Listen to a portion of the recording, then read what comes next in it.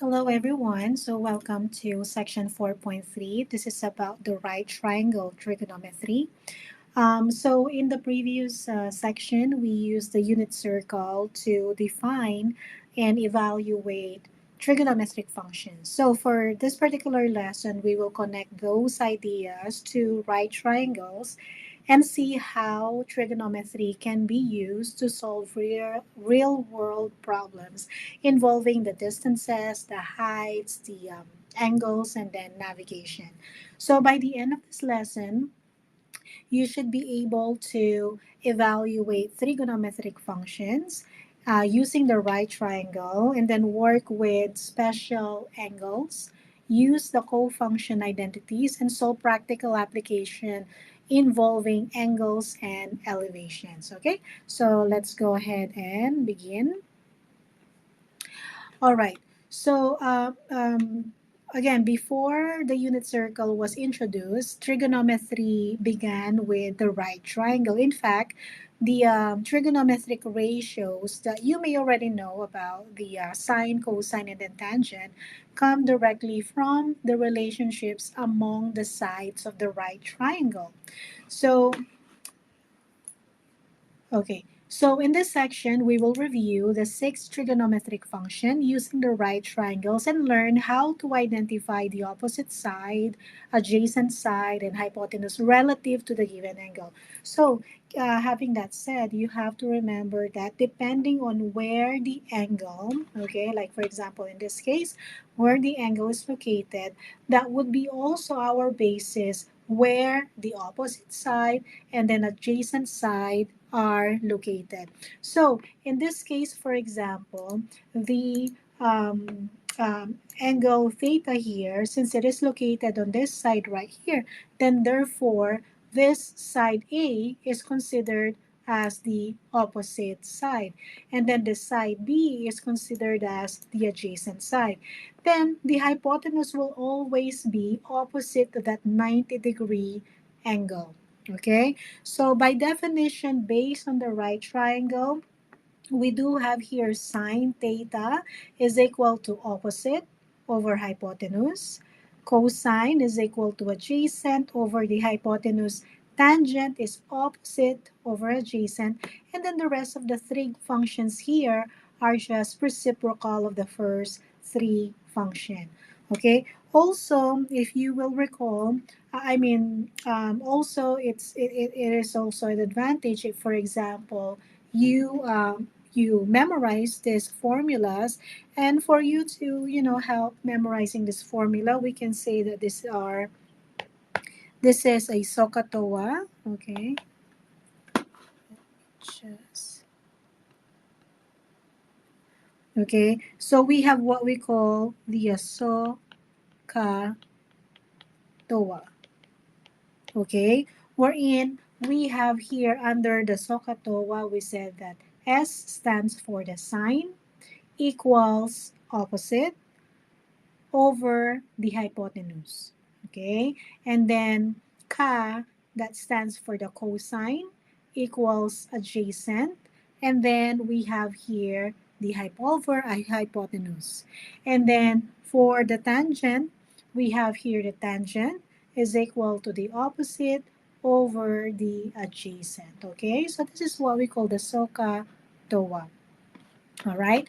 Okay. So once we know the sides of the lengths of a right triangle, we can determine all six trigonometric functions. I'll say that once again.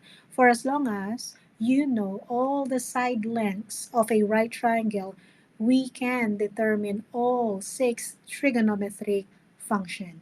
So the key idea here that is that the trigonometric ratios depend only on the angle itself, not on the side, not on the size of the triangles. This means that similar triangles will always produce the same trigonometric values for the same angle.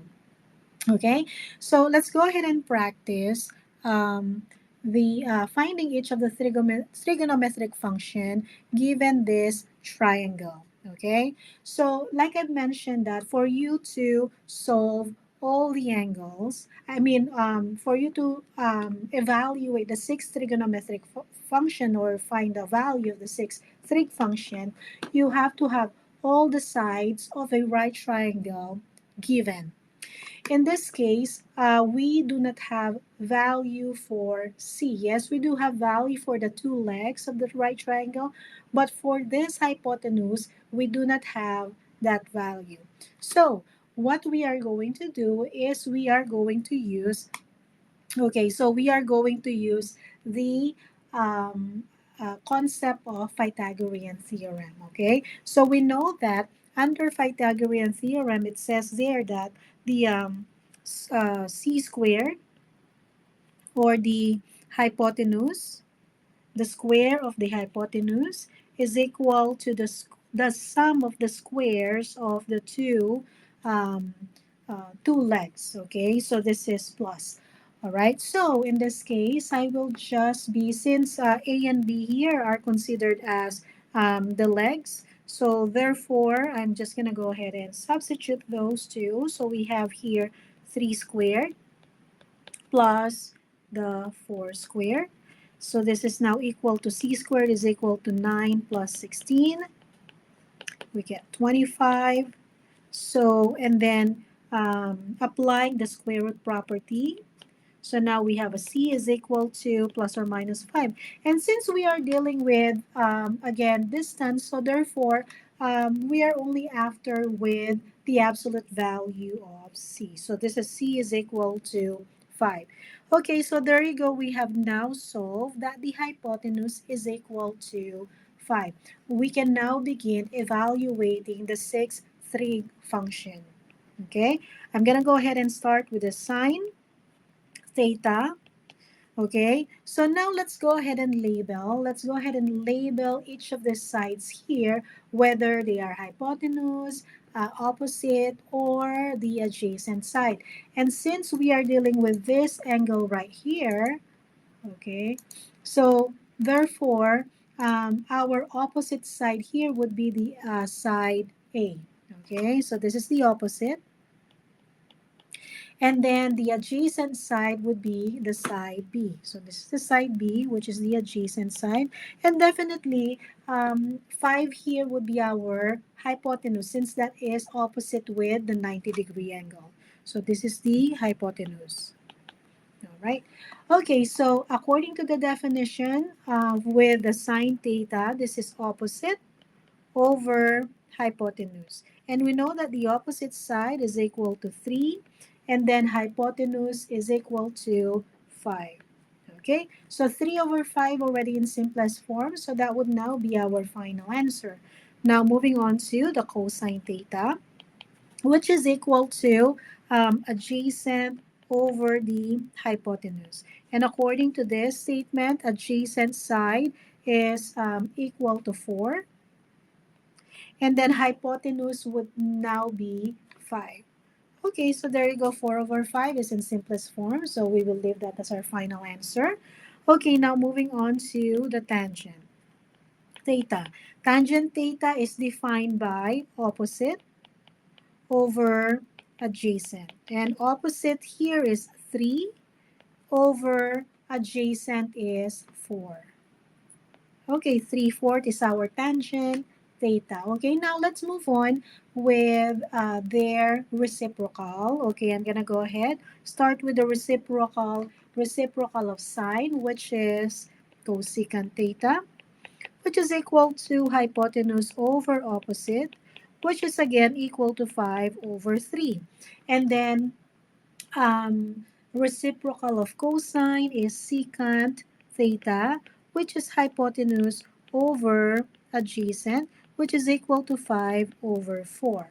Okay, next, the reciprocal of tangent, which is the cotangent theta, which is equal to adjacent over opposite. Okay, adjacent here is 4 over opposite is 3. Okay, all right, so now these are now our six trigonometric function, okay, which are again the 3/5, the 4/5, the 3/4, 5/3, 5/4, and then the 4/3. Okay. All right. Now moving on to the next concept here.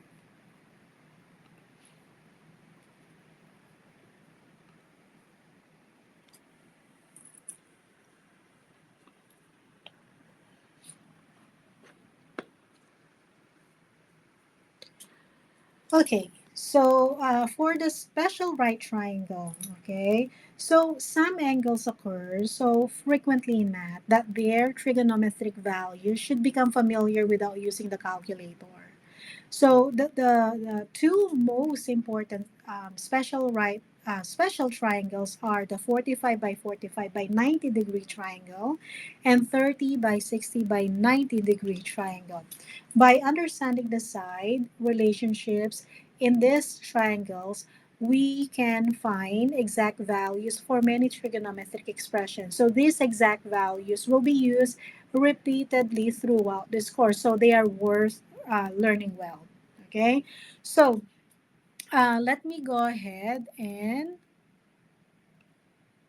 focus on the 45 by 45 by 90-degree triangle. Okay, all right. So I'm just gonna. I am going to use also definitely the some of the properties that we have learned from geometry. Okay, so if this is the right triangle, so we know that this would now be our right angle, right angle, okay? And this would now be our um, sides, okay? Those two sides right here. And this would measure 45-degree angle for each of those. And then you have to remember that according to one of the properties of the triangle is that when you add all those interior angles in the triangle, all those interior angles from the triangle, they said that it should be equal to 180 degrees. Okay, and it's obvious too. We have here 90 plus 45 by plus 45 is equivalent to 180 degrees.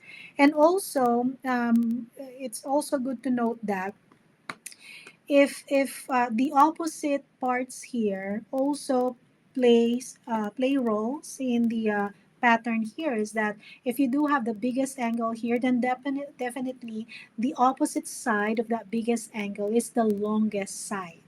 Okay, so this would be the longest side. For that reason, that would be our hypotenuse. Okay, and then opposite to these two equal angles, those two equal sides as well, those two sides are also equal. Okay, since they are opposite to the two equal angle, and that is one of the properties that we have from the triangle under geometry. Okay, so let's now begin by assigning values here, just for example, okay? For example, I have a value for the hypotenuse, which is 2, okay? Again, I am just assigning a random number here, which is 2, but later on, you will see the relationship among all of this, okay? And then I will always be going back with this special angles whenever we are evaluating trigonometric functions, okay? All right, so I'm just going to go ahead and assign a value of a variable c as to represent the hypotenuse, and then the two legs a and then b. Okay, and since these two sides here are equal, I can also say that b is just equal to a. Okay, so now using the Pythagorean theorem, it says that hypotenuse square is equal to one of the legs square plus one of the other leg square, and then sum of that would be equal to that square of the hypotenuse. Okay, so let's say you have here c is equal to 2 and then square is equal to a squared. And we know that b is just the same thing as a. So I can just write b squared as a squared. So this is now 4 is equal to 2a squared. And then dividing both sides by 2, we now have 2 is equal to a squared. And then after that, we now get the square root on both sides. Remember, since we are just solving for the distance, so we just need to accept the positive side. Okay, so now we have here radical 2 is equal to a. Okay, so now we have here radical 2. And then once again, this is also radical 2 because we know that those two sides are just equal. Okay, so now we have there a 2 in the hypotenuse. We have here radical 2 and then radical 2. Okay, all right. So next, I'm going to go ahead with the next special right triangle, which is the 30 by 60 by 90-degree triangle. Okay, so in this case, now, all right. So 30 by 60, and why do I have here an equilateral triangle? Okay. So the reason why I have here an equilateral triangle because I want to show you how we come up with the other measurement of the side of the triangle and also the angles of the triangle. Now, again, going back with geometry, we know that if it is an equilateral triangle, all sides are equal. Okay, not only that, all angles are equal. So if all the angles are equal, and we know that the total measurement of triangle, total measurement of the interior angles of the triangle will always be 180 degrees. Therefore, we can also say that all of these angles measures 60 degrees. Okay. Okay, so, and then let's just say I'm going to go ahead and use the same measurement of the sides of the triangle, which is 2. So, for example, I have here 2, 2, and then 2. Again, you can use any values here, okay? So, we have here 2 and then 2. So now, what I'm going to do here is I'm going to divide this triangle into two equal triangle. So I'm just gonna go ahead and draw an altitude there, dividing this triangle into two equal triangle. So therefore, I am creating here a right triangle. Since I have divided this into two, so therefore, this side right here, if they are divided into two equal parts, then therefore, the side here is equal to 1. And then again, with the angle here, this would also be equal to dividing 60 degrees. So that would be equal to 30 degrees. Okay, so let me just go ahead and pull out this triangle right here. Let me just go ahead and draw another triangle on this side. So this is now 90 degree. We have 30 degrees. And then we have here 60 degrees. Okay, and then we said that this is measures 1 and then, sorry, measures 2 for the hypotenuse and then 1 for the one of the legs of the right triangle. Now the problem here is that we do not know the measurement of the other legs of a right triangle. So what we are going to do now is to solve, okay, using the Pythagorean theorem. So let's say this is A, this is B, and this is C. Okay, now using the Pythagorean theorem, so we say that this would now be a, well, okay, so this would be c squared is equal to a squared plus b squared, which is equal to 2 squared is equal to a squared plus 1 squared. Okay, so now simplification. So we'll have here 4 is equal to a squared is equal to 1. I will now be subtracting both sides by 1. So now, okay, let me just write it on the most left portion of this page. So now we have here subtracting both sides by 1. So we have 3 is equal to a squared. Again, I just subtracted both sides by 1. Okay, and then getting the square root on both sides, now we get, once again, I'm just going to go take the positive sign of the square root property since we are just dealing with the distance. So we have here radical 3 is equal to a. So there you go. That value of a here is radical 3. Okay, so now what I'm going to do is I'm going to use this special right triangle in order for me to complete the table below.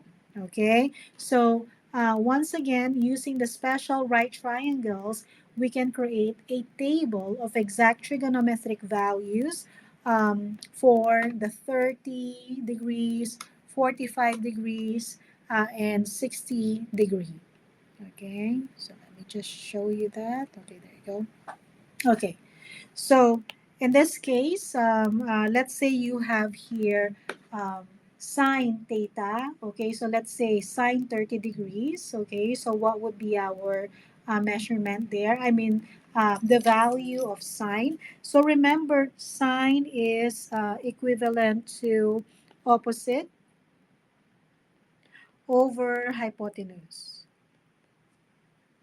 Okay, now if we're looking at this 30-degree angle here, opposite to that 30 degree is 1 over hypotenuse, which is 2. So therefore, this is 1 over 2. Okay, next up, we now have here sine 45 degrees. Okay, so if I'm going back here in this triangle, so opposite of 45 is radical 2, and then hypotenuse is 2. So you have here radical 2 over 2. Okay, next for the 60 degrees. Okay, 60 degrees is here. Opposite is radical 3 over hypotenuse is 2. So that is radical 3 over 2. Okay, next we move on now with the cosine. Okay, so we see here cosine theta is again for 30 degrees. We know that by definition cosine is adjacent over hypotenuse. Okay, so cosine here adjacent 60 degree 30 degrees here. Okay, adjacent is radical 3 over hypotenuse is 2. So that is radical 3 over 2. Okay, now for the 45, again, adjacent over hypotenuse, that's going to be radical 2 over 2. Okay, now for the 60 degrees, hypotenuse is 1, sorry, adjacent is 1 over hypotenuse is 2. So now we have here 1 half. Okay, next up, we have the tangent, which is opposite over adjacent. Okay, so we have here opposite over adjacent. So now opposite to 30 degrees is 1, adjacent is radical 3. So 1 over radical 3. But of course, we cannot leave our answer like this. We need to simplify that given value, which is 1 over radical 3. So we are going to rationalize it with um, radical 3 denominator. So now we have here the radical 3 over 3. Okay. All right, now moving on to tangent 45 degrees. Once again, opposite of tangent 45 degrees is radical 2 over radical 2. So that is radical 2 over radical 2, which is equal to simply 1. Okay, next one. We have here tangent 60 degrees. Tangent 60 degrees is here. Again, opposite over adjacent. So that is radical 3 over 1. Okay, which is simply radical 3. Okay, so there you go. We have completed this table using those special right triangle. Okay, so for as long as you are familiar with a special right triangle, then you should be again okay when evaluating those common measurement under the trigonometric function. Okay, all right. So now let's go ahead and solve more trigonometric expression. Now that we know the exact values of the common angles, we can just simply substitute those values into a larger expression and then Um, simplify them. This process combines the algebra and trigonometry, requiring us to evaluate carefully, simplify the radicals, and sometimes rationalize the denominator, which we did. As you work through this example, focus on the process I'll say that once again, focus on the process rather than memorizing the answer. Okay, so now let's move on. So let's say, for example, we have here tangent pi over 3, okay? Tangent pi over 3 is right here, which is the 60 degrees. Tangent pi over 3, so that would be radical 3. Okay, so this is now 2 times the radical 3 plus cosine pi over 6. Cosine pi over 6, that is like cosine 30 degrees. So pi over 6 cosine is, we have here radical 3 over 2. Radical 3 over 2. That is the cosine pi over 6. Now tangent pi over 6, which is the 30 degrees, and that is the radical 3 over 3. Okay, and then we just need to multiply them. Okay, so now we have 2 radical 3 plus we have here 3 over 6, which is simply 1 half. Okay, so we can no longer combine these two values. It's because one has a radical, the other one has none. Okay, so therefore, this may be our final answer. Okay, so next example. So let's say we have here the function, trigonometric function. So let's go ahead and evaluate pi over 6. Okay, so first let me go write this with the input pi over 6. So we have f of pi over 6 is equal to 2 sine pi over 6 plus cosine 2 times pi over 6. Okay, so first is to simplify the cosine 2 times pi over 6. Okay, so now we have 2 2 sine pi over 6 plus cosine pi over 3. Because we know that when you multiply 2 with the pi over 6, that gives you pi over 3. Okay, so now going back with this table, okay, substituting those values. So sine pi over 6 is 1 half. So you have here 2 times the 1 half plus cosine pi over 3 is again 1 half. Okay, so now let's go ahead and multiply this. We have here 2 times 1 half is equivalent to 2 over 2 and then plus 1 half. Okay, and then 2 over 2 plus 1 half, this is now equal to 3 over 2. Okay, so there you go. The final answer for letter B is 3 over 2. Okay, now let me go ahead and proceed with the next page. Okay, now let's go ahead and talk about the co-function identities. Okay, so question: have you ever wondered, or have you ever noticed that the two acute angles in a right triangles always add up to 90 degrees? And actually, I have mentioned earlier that if you're going to add everything, all the interior angles, that would give you 180 degrees. So if one of those angle is 90 degrees, then definitely we are expecting that adding those two acute angles, that gives you a total of 90-degree angle. Okay, and then also if you notice there from the table that we had from the previous page, there are values from sine and cosine that are exactly equal. Okay, all right. So let me go back there. So it says here that because of this relationship, the trigonometric functions of complementary angles are closely related or connected. So these relationships are what we call the co-function identities. And then learning co-function identities allows us to rewrite trigonometric expressions and then find the exact value more efficiently, even without the use of the calculator.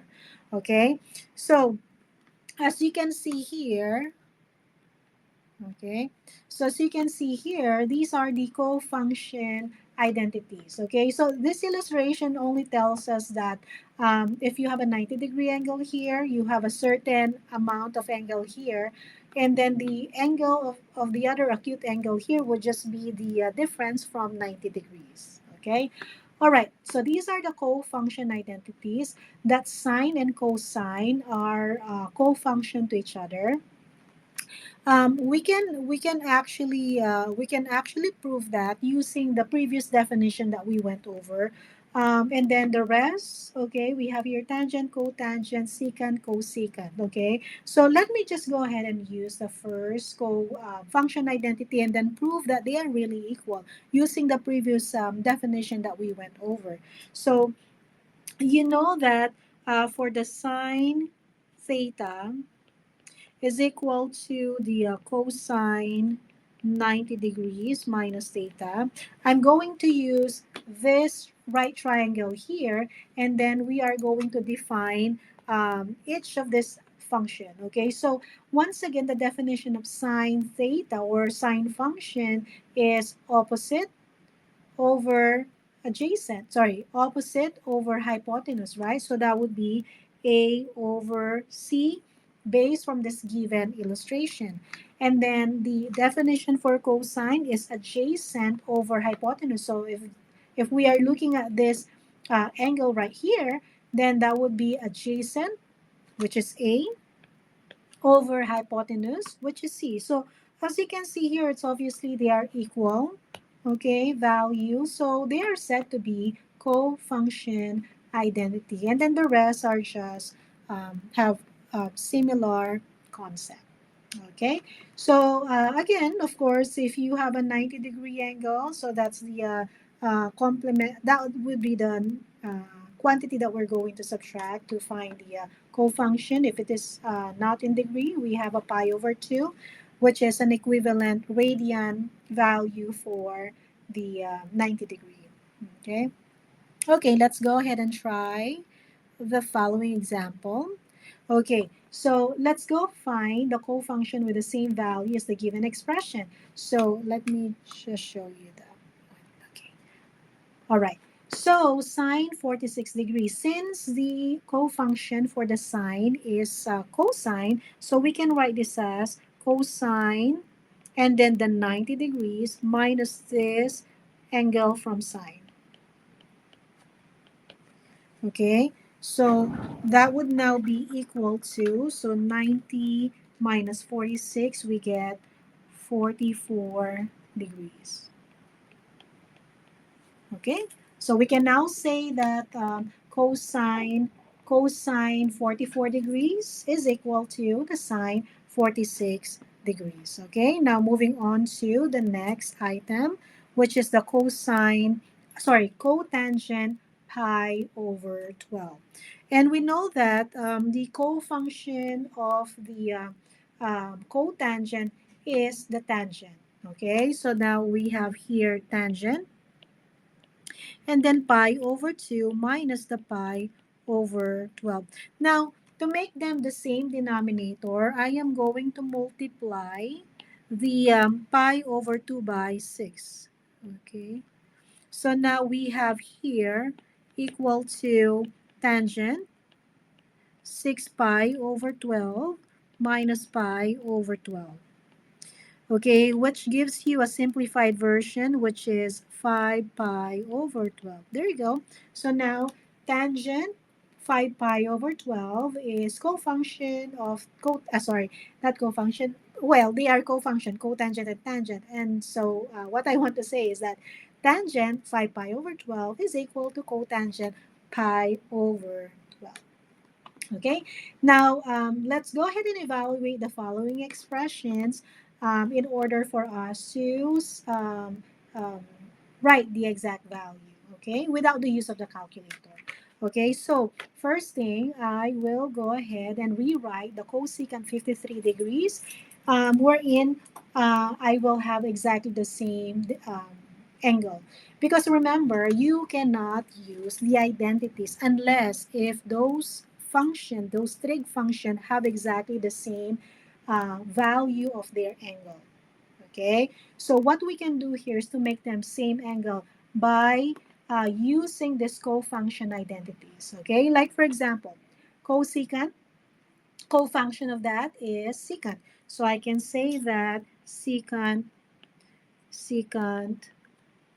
90 degrees minus 53 degrees. Okay, and then secant 37 degrees minus tangent 37 degrees. And then cotangent. Well, the cofunction of cotangent is tangent. So I will have tangent and then 90 degrees minus 53 degrees. So this is now secant 37 degrees. Secant 37 degrees minus tangent 37 degrees and then tangent 37 degrees. Okay, so now I will be multiplying these two functions. So now I'll have secant squared 37 degrees minus, okay, so minus tangent squared 37 degrees. Okay, all right. So now you have to recall the Pythagorean, recall that the Pythagorean identity, one of the Pythagorean identity is that, okay, let me write it up here so you know where I'm getting the value. Okay, so we know that under the Pythagorean identity, it says there that secant squared t, secant squared t is equal to 1 plus the tangent squared t.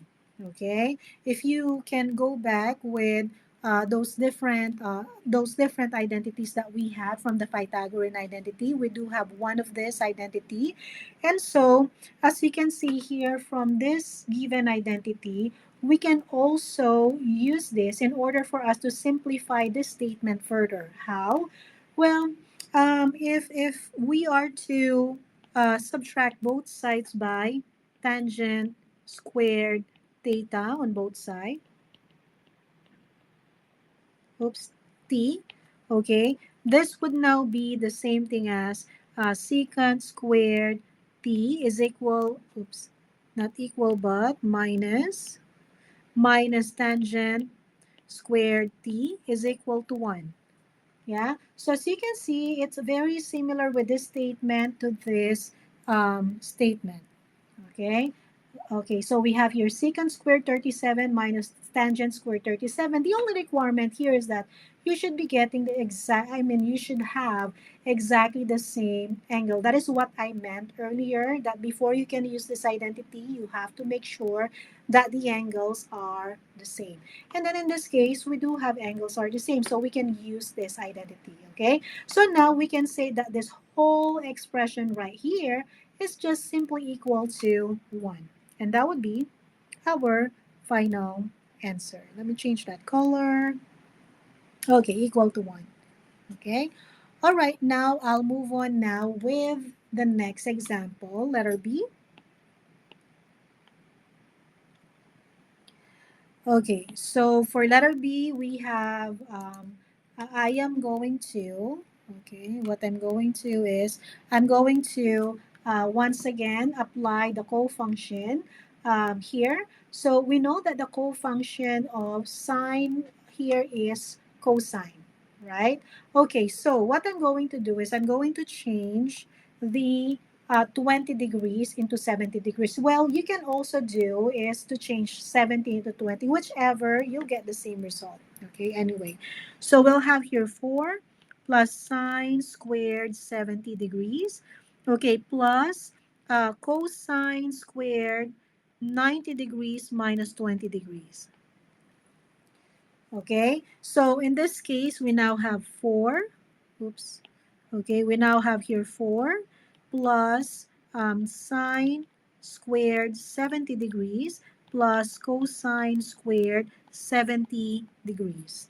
Okay, now recall once again the Pythagorean identity, that according to Pythagorean identity is that sine squared t plus cosine squared t is just simply equal to 1. If that's the case, then I can apply that identity into this portion of the statement, that sine squared 70 plus cosine squared 70 is just simply equal to 1. So therefore, this is 4 plus 1, which is equal to 5. And there you go. That would now be our exact value for this statement. Okay. All right. So let me proceed with the next section here. I mean, the next page. All right.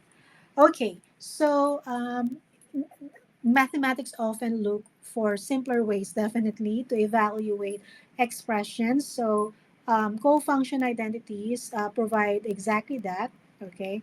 Um, and also, under the definition of the trigonometric functions, um, with the basis of the right triangles, we also have those application that would be again applicable um, with those definition. Okay, all right. So one of the most practical uses of trigonometry is measuring object that are difficult or impossible to measure directly. Whether we are finding the height of a building, the distance of an object, or what else? The angle which we view something. And trigonometry allows us to solve these problems using right triangles. Okay, so on this last page, we will learn how to interpret and solve problems using or involving angles of elevation um, and angles of depression. How do you know whether it's elevation or depression? You have to remember if this is the um, point of sight, okay, where the angle is coming from, you always make sure that there is a horizontal line, okay, an imaginary horizontal line on that point of sight, okay. So now if the observer is looking above that horizontal line, that is what we call elevation. If the observer is looking below the horizontal line, and that is what we call angle of depression. Okay, so now let's go ahead and take a look at this example. So a tower that is a 130 feet tall casts a shadow 140 feet long.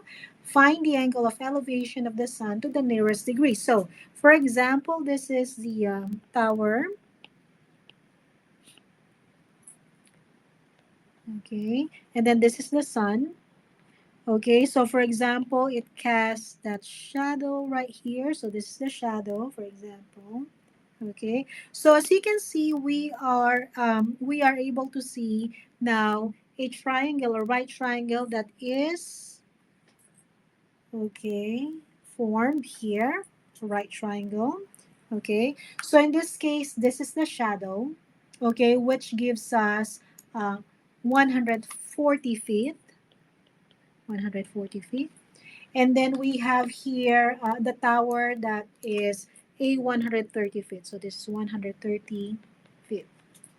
Okay. So now find the angle of elevation. Now this would be our basis on where to write the angle. Okay. Where will be our point of sight? You have to recall that I said that the point of sight will always have that horizontal line here. Okay, so that horizontal line would be, if it is angle of elevation, it would be above that horizontal line. Depression is above the horizontal line. And since the horizontal line is right here, okay, it's right here on the ground, so therefore the angle that we are referring would be this angle right here. Let's say angle theta. Okay, all right. So in this case, and then after that, we can now proceed which of the trigonometric function we are going to use. Actually, you can basically use all the trigonometric function, but which of those trigonometric function is more practical to use? Okay, so let's go ahead and first label which of these sides will be the opposite, hypotenuse, and the adjacent side. Definitely, the opposite of the 90-degree is the hypotenuse. This is the hypotenuse. And then next to that side, next to that angle would be the adjacent. And then, of course, opposite to that angle would be the opposite side. Okay, there you go.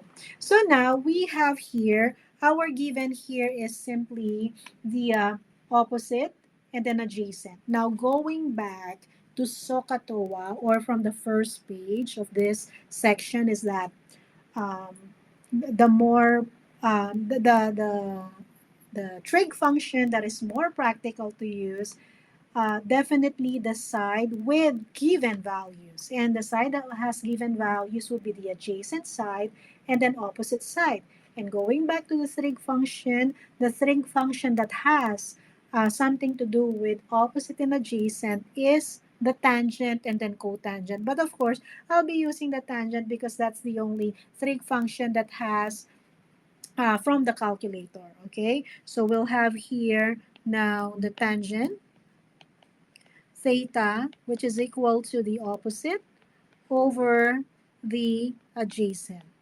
Okay, so now let me go ahead and substitute those values. So opposite value is 130 over 140, okay, feet.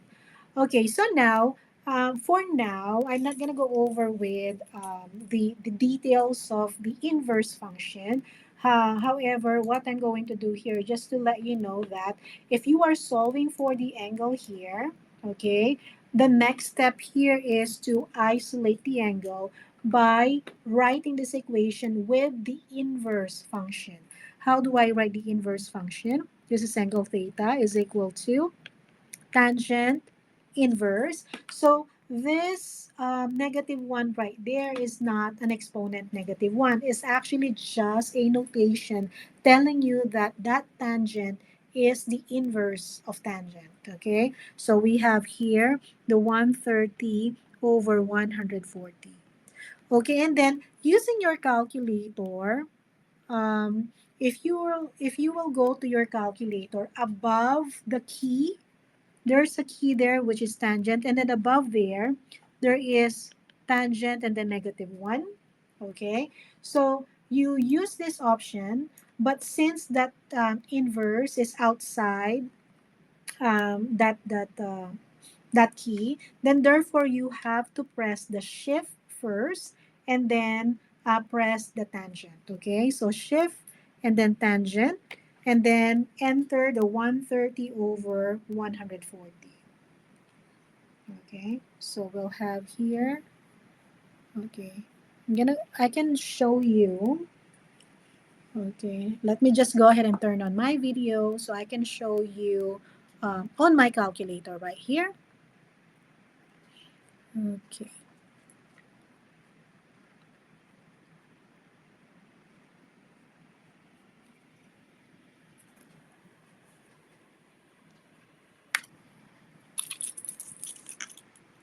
over, okay, there you go. There's my video. Okay, there you go. Okay, so on my calculator right here, if you will see, okay, there's a tangent here. You see that? Okay, oops, let me go. Okay, there is a tangent over here. Okay, there's a tangent. And then what you are going to do is you're going to press the shift and then tangent. Okay, and so you will see that tangent and it's like a negative 1 above, and then you are going to enter the 130 over 140. Okay, 130 over 140. Okay, so there you go. This is how it looks like on a calculator. And then just press the equal sign. Okay, so there should be the measurement that it should be appearing on your calculator. Okay, all right, so let me just turn off my camera so I'll have a wider screen. Okay, all right, so now I have here approximately 42 point to the nearest degree, so therefore that should be a whole number. So let me just erase that. Approximately equal to 43 degree. Okay. Um, by the way, you have to make sure, oops, I'll go back with my camera. Okay. You have to make sure that your calculator is in the degree mode. Okay.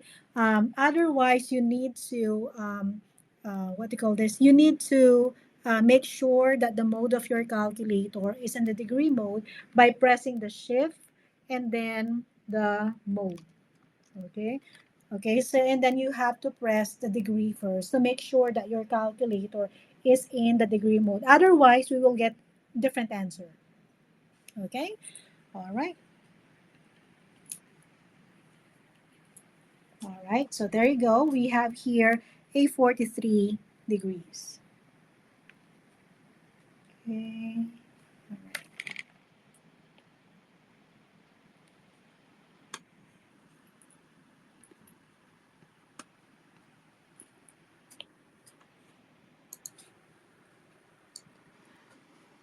Okay, now moving on to the bearing.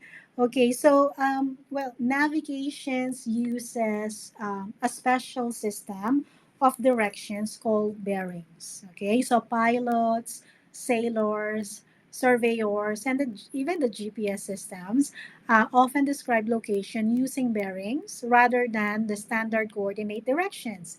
By combining bearings with right triangle trigonometry, we can determine the distances traveled north, south, east, and then west as well as locate positions accurately. So let's learn how to interpret bearings and solve navigation problem. But before that, um, let me go ahead and mention about the bearing here. The difference how we are how we are going to label, how we are writing the bearing from this given. Okay, so if you are looking for the bearing of from point O to point A, okay, so given here the 55 degrees, let me just zoom that in.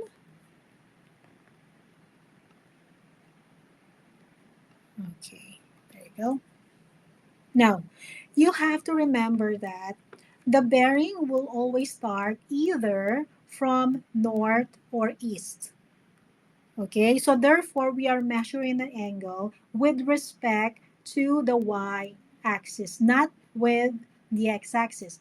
What do I mean? If you have a 55 degree, then what is the complement of 55 degree? Because we know that the um, total measurement, okay, from this point to this point is again 90 degrees, right? So if I am to determine the measurement of that remaining angle there, that would be 55, 90 minus 55, which is equal to 35 degrees.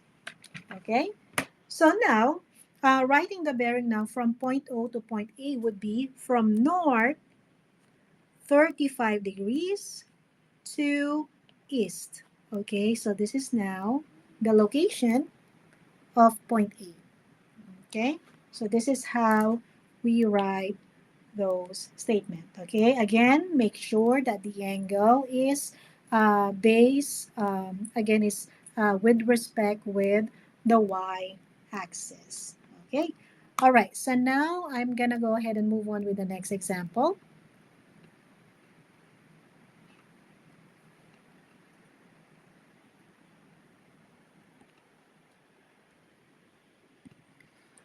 All right, so a car drives east for 31 miles.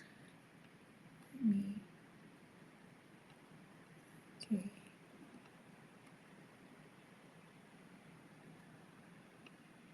Okay. I'm getting more space here. Okay, so um, a car drives east for 31 miles and then south we have um, for 93 miles. What is the bearing from the starting point to the car's current position?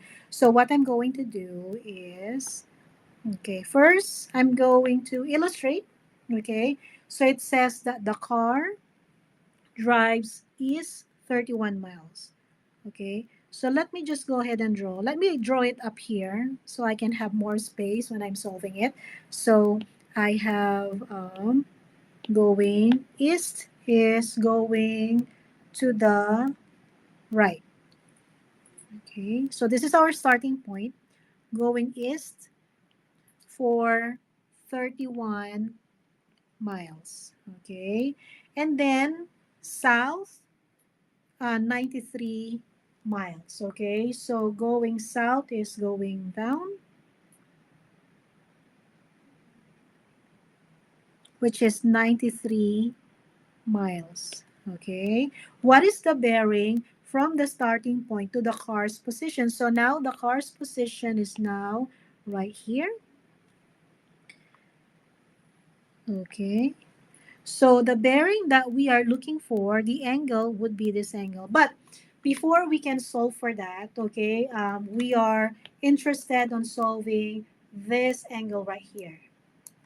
Okay, all right. So now in this case, we do have value for, if we are looking for this angle right here, definitely we do have value for the adjacent side here and then the opposite side.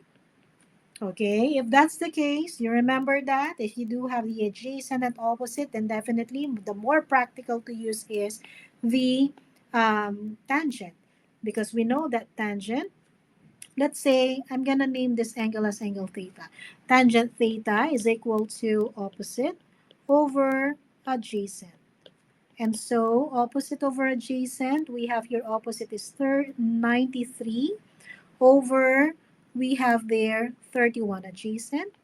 Okay, and so now we have here tangent theta is equal to 93 over 31. Okay, and remember, if we want to solve for the angle theta here, you are going to apply the inverse function of tangent. So how to write that? Okay, you have to write that as angle theta is equal to the inverse of tangent and then 93 over 31. You remember how we did that in the calculator, just like what we did from the previous application from the elevation and depression. Okay, so again, press shift and then tangent and then input the 93 over 31. Okay, so now we have here approximately, okay, tangent 93 over 31, which would be equal to approximately equal to, okay, so we have here 70.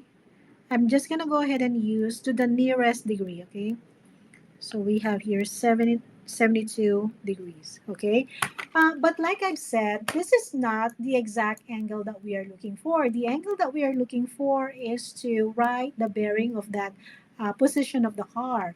Okay, the current position of the car, which is this angle. So what we're going to do is to subtract 72 from 90 degrees. Okay, so we have now 90 degrees minus 72, which is now equal to 18 degrees. Okay, now how are we going to write our bearing here? Again, remember this is south. Okay, so from south to east. So south 18 degrees to east. Okay, so this is now the current position of the car. All right, so actually this is, I think this is the last example that we have. For the next page, this is the checkpoint part. Again, please complete this before you move on with the next section. Make sure you can confidently identify the opposite, adjacent, hypotenuse sides. Find all the six trig function from a right triangle, again, applying the right triangle. Recall the exact trigonometric values for 30, 45, and 60, and then use the co-function identities correctly. And then what else? Solve angle of elevation and angle of depression problems, and of course, interpret and solve bearing problems. Remember, bearing problems, if you're talking about that, make sure that when you are writing the position of the current of the object, make sure it is with respect with the vertical axis. Okay, so again, the checkpoint is designed to test the most important ideas from this section. So try completing all problems independently without looking at the examples first. Again, if you struggle with any checkpoint problem. Pause and review the related concept before moving on to section 4.4 because the skills from this lesson will use extensively throughout the rest of the chapter. Okay, so taking time to master them now will make future topics much easier. Okay, so thank you for watching. I'll see you for the next section. Bye.